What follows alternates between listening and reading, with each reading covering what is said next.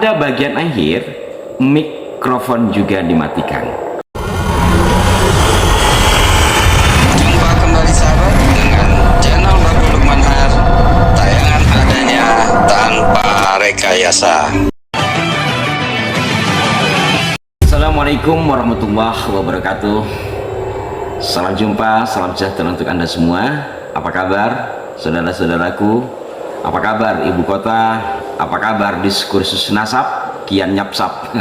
Apa kabar Indonesia Raya? Alhamdulillah Indonesia bagian Madura. Malam ini saya ngambil gambar malam tanpa adem, angin semilir, ditingkahi bunyi sawangan. Sawangan, ngulurkur kata orang Madura ya, menderu-deru. Sahabat-sahabatku sekalian, beberapa waktu lalu saya menyaksikan salah satu kanal YouTube yang menginformasikan tentang Kiai Haji Nuril Arifin atau Gus Nuril yang diturunkan dari panggung oleh seorang Habib. Yang ini juga mengingatkan saya kepada peristiwa yang menimpa Kiai Haji Imaduddin Usman beberapa hari lalu di daerah Tambun, Bekasi dalam sebuah acara Maulud Kanjeng Nabi Muhammad yang diselenggarakan oleh pengurus ranting Nahdlatul Ulama daerah Tambun, Bekasi, PRNU. Peristiwa yang terjadi pada Gus Nuril itu adalah sesuatu yang sudah sangat lama, peristiwa sangat lama ya, sekitar 8 tahun barangkali ke sekarang, yaitu 2015 tepatnya bulan Februari. Peristiwa itu terjadi, kebetulan saya saat itu sedang ada acara sama teman-teman Pagar Nusa di daerah Ogan Kemering Ilir, Palembang atau Sumatera Selatan. Beberapa hari setelah saya pulang dari Palembang, saya dipanggil oleh seorang kiai, kemudian saya melakukan investigasi terkait dengan apa yang terjadi pada Gus Nuril. Informasi yang beredar di internet tentu menjelek-jelekan Gus Nuril, termasuk dari 2 situs berita online. Saya ingat kalau tidak salah itu Panji Mas ya benar, bukan kalau nggak salah, benar panjimas.com, satunya lagi saya lupa. Karena pada saat itu saya melakukan liputan, kemudian saya buat berita di majalah komunitas. Saya perlihatkan gambarnya detail sekali. Kami mewawancarai ketua panitia atau panitia pelaksana Mas Edo, Ustadz Edo, dan saksi kunci dalam peristiwa itu terjadi Ustadz Burhan. Kemudian juga ada satu lagi, kemudian juga ya pihak Gus Nuril dan asisten Gus Nuril seorang Bansar Ustadz Latif. Kemudian satu hari kemudian setelah saya investigasi ke lokasi dan mendapatkan bukti yang luar biasa, yakni rekaman aslinya, rekaman yang belum diapa-apain, saya masukkan ke flash disk ya. Dan sampai sekarang insya Allah masih tersimpan, mudah-mudahan tidak jamuran dan masih bisa diputar. Jadi mulai dari sebelum Gus Nuril diturunkan sampai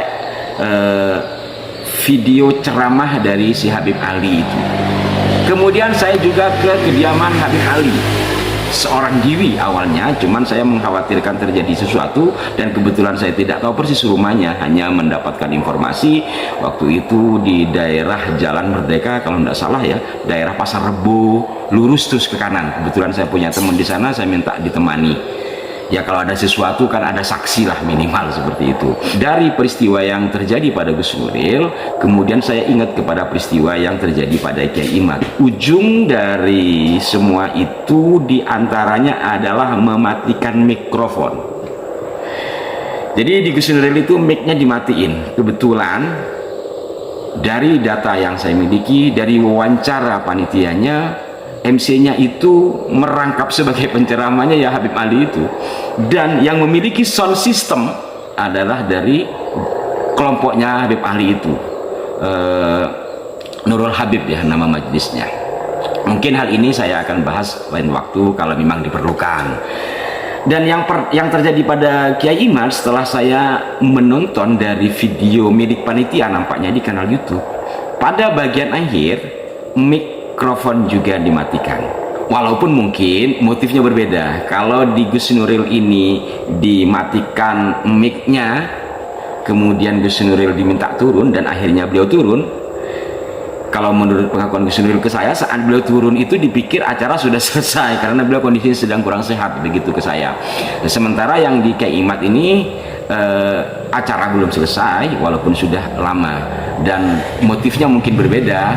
Jadi mungkin panitia biar tidak terjadi sesuatu sehingga mikrofon dimatikan karena di luar teriak-teriak. Nah, untuk mengingat kembali peristiwa yang terjadi pada Kyai Imad yang mudah-mudahan ini juga menjadi pembelajaran bagi kita semua, saya akan putarkan bagian akhir atau detik-detik menjelang Kyai Imad didatangi oleh sekelompok orang yang nampak terencana.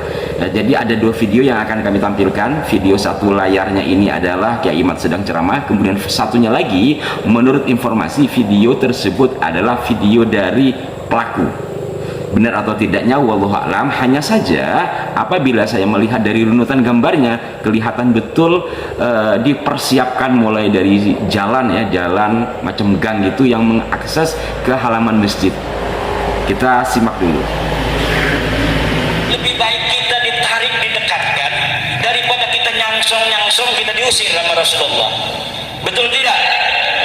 Saya ingin mereka diaku Rasulullah dengan cinta sebagai umatnya, karena sudah terbukti tidaklah menyambung nasabnya kepada Rasulullah. Secara data pustaka tidak nyambung pada Rasul, saya katakan. Kemudian secara DNA sudah betul-betul melenceng kemana-mana. DNA Nabi kemana, DNA dia kemana. Saya kasih tahu. Untuk apa? Agar tidak terlalu malu ketika bertemu dengan Rasulullah Muhammad sallallahu alaihi wasallam. Kalau sampai bertemu Rasul, nanti dibuka tuh komputernya, dia hisab, dibuka komputernya, dia ngomong dalam tubuhku ada darah Rasulullah. Kata malaikat,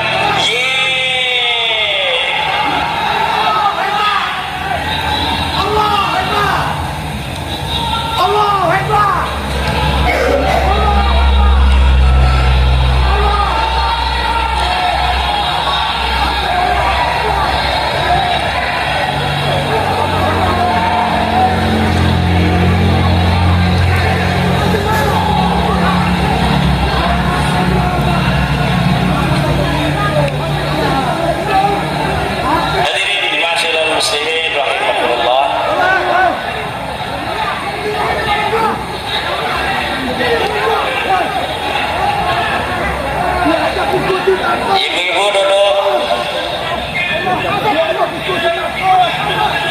Siap. Karena kecintaan kita itulah nanti akan sama-sama kita bertemu di sana dalam keadaan mereka akan dicintai oleh Rasulullah. Kalau mengakui kalau mereka tidak nyambung, tapi kalau mereka itu tidak nyambung, kemudian ngaku-ngaku terus, sudah dikasih tahu, maka malunya luar biasa. Itulah yang akan niat daripada kita semua. Mudah-mudahan ini semua akan menjadi sebuah kesadaran.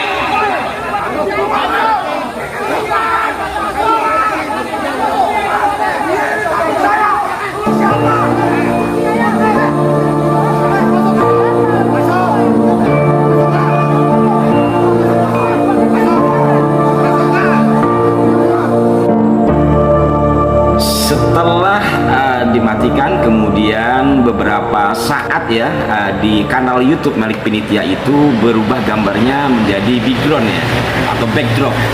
Setelah itu ada audio untuk mengajak berdoa, sementara di halaman masjid masih terjadi sesuatu yang menghebohkan ramai begitu.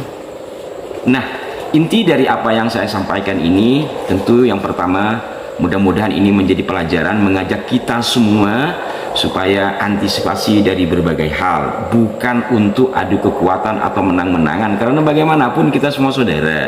Hanya saja hal-hal seperti ini bagaimana bisa dihindari.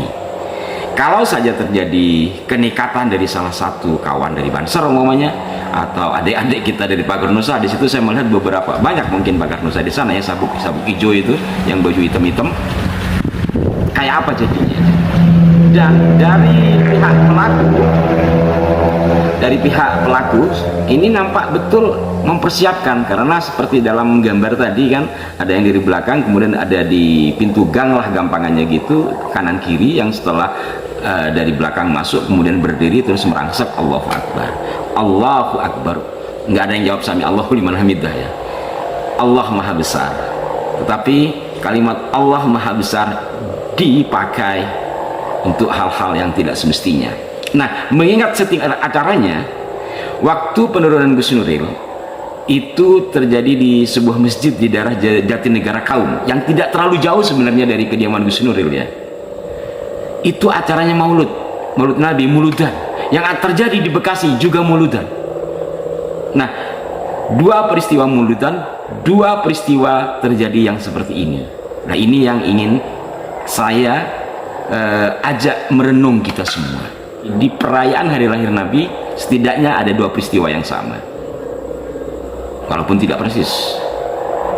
Kita tahu innama bu'itsu li utammima makarimal akhlaq. Ini bukan ngajarin, mengajak kita semua untuk bermenung lah.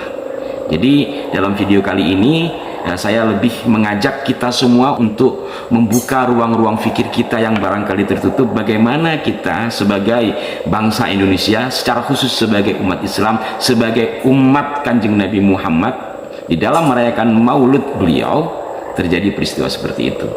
Apakah di antara kita sesama anak bangsa, sesama umat Islam sudah benar-benar terpecahkah kesatuan kita di dalam menatap bangsa ini, di dalam menyikapi sebuah persoalan? Maka sebenarnya kita harus kembali kepada substansi persoalannya apabila ini mengarah kepada Kiai Imaduddin Usman. Apa yang disampaikan beliau adalah sebuah penelitian yang bersifat diskursus, maka sifati seperti itu.